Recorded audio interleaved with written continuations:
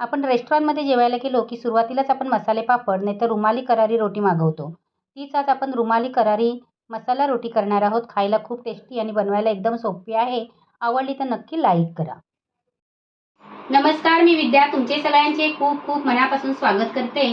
आज आपण रुमाली कडक मसाला रोटी करणार आहोत. त्याच्यासाठी इथे मी 1 वाटी मैदा घेतलेला आहे आणि अर्धी वाटी गव्हाचं पीठ घेतलेलं आहे. ह्याला आपल्याला मिक्स करून घ्यायचे. त्याच्यामध्ये चवीप्रमाणे मीठ, 1 चमचा तेल, हे सर्व साहित्य आहे ते आपल्याला व्यवस्थित असं मिक्स करायचं आहे. हे आपलं व्यवस्थित असं मिक्स करून झालेलं आहे. याच्यामध्ये थोडं थोडं पाणी घालायचं आहे आणि जसं आपण चपातीला पीठ भिजवतो त्याप्रमाणे ह्याला भिजवून घ्यायचं आहे. पीठ आपलं चांगलं व्यवस्थित असं भिजून झालेलं आहे. त्याला 5 मिनिटं आपल्याला मळून घ्यायचं आहे. अशा पद्धतीने ह्याला आपल्याला मळून घ्यायचं आहे. ह्या भागाने पीठ आहे ते चांगलं व्यवस्थित असं रगडून चांगलं 5 मिनिटं मळून घ्यायचं आहे. आता हे पीठ आहे ते आपल्या हाताला चिकटते, ते चिपटकणार नाही तिथपर्यंत आपल्याला ह्याला मळून घ्यायचं. मी याला तेल सुद्धा लावलेलं नाही आहे. 5 ते 7 मिनिटं व्यवस्थित असं मी मळून घेतलेलं आहे. बघू शकता तुम्ही, आता आपल्या हाताला चिटकत पण नाहीये. ह्याला 15 ते 20 मिनिटं आपल्याला झाकून ठेवायची. आपल्या पिठाला अर्धा तास झालेला आहे. जेवढे जास्त वेळ तुम्ही पीठ भिजून ठेवाल ना तेवढी जास्त तुमची रोटी आहे ती तुम्हाला लाटता पातळ येईल आणि लाटताना मग ती फाटणार पण नाही. जेवढी तुम्हाला रोटी मोठी बनवायची असेल त्याप्रमाणे इथे गोळ्या करून घ्यायच्या आहेत. ही रोटी मी या कढईवरती शेकवणार आहे. तुमच्याकडे जर विडाची कढई असेल तर विडाची कढई घ्यायची, नाहीतर तवा असेल असा खोलगट तर खोलगट तवा घ्यायचा आहे. ह्याला आपल्याला गरम करायला ठेवायचं आहे. ही रोटी मी किचनवरतीच लाटणार आहे. त्याच्यावरती असं थोडं पीठ टाकून घ्यायचं आणि गोळीला पण आपल्याला मैदा लावून घेतलेला आहे.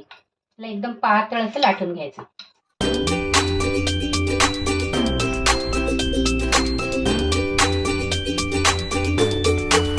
आपल्याला वाटलं चिकटते म्हणून तर परत मैदा लावायचा.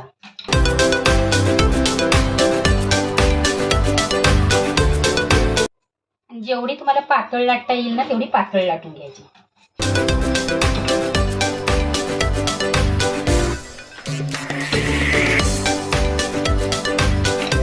तुम्ही जर चांगलं पीठ मळलंच ना तर मग आपण ह्याची पोळी लाटली ना की ती मैद्याची जवळ येते, पण चांगलं मळलं तर जवळ येत नाही बघा, आकसत नाही. मग म्हणून पीठ आहे ना ते चांगलं व्यवस्थित असं मळून घ्यायचं.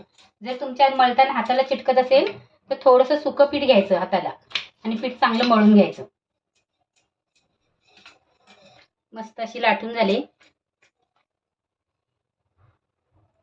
अशी पातळ लाटायची एकदम.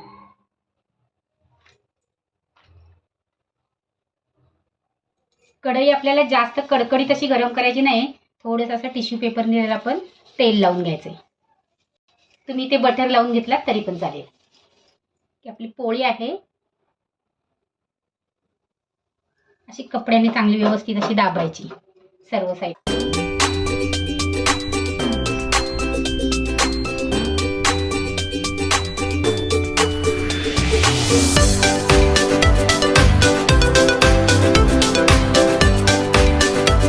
गॅसची फ्लेम लोच ठेवायची आहे आणि असं वरून चांगलं व्यवस्थित लाल होईपर्यंत आपल्याला भाजून घ्यायची. सर्व साईडने व्यवस्थित अशी लाल झाली पाहिजे. जिकडून लाल झाली नसेल तिकडून कपड्याने दाबून घ्यायची. बघू शकता तुम्ही, शेकत आली ना की आपणच ती अशी सुटते. आणि साईडच्या कडा बिडा आहेत त्या व्यवस्थित अशा पण शेकून घ्यायच्या. आपली मस्त शेकले काढून घ्यायची. बघू शकता कशी शेकली आहे ती. त्याच पद्धतीने आपण अजून एक लाटणार आहोत. पोळीला पण मैदा लावून घेतलेला आहे.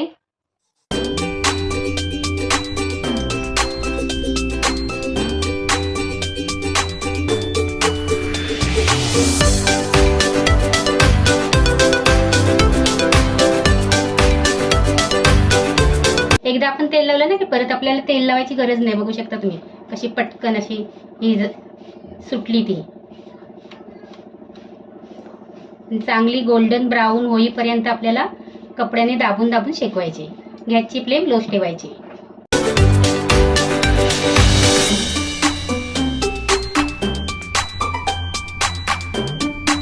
आपली मस्त अशी गोल्डन ब्राऊन झाली, काढून घ्यायची. बघू शकता कशी मस्त अशी शेकली आहे ती आणि कुरकुरीत पण झाली आहे. साईडने असं आपल्याला बटर सोडायचं आहे.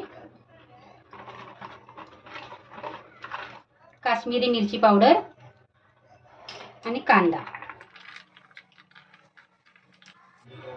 बारीक चिरलेला टोमॅटो. कांदा टोमॅटो आपल्या आवडीप्रमाणे घालायचा.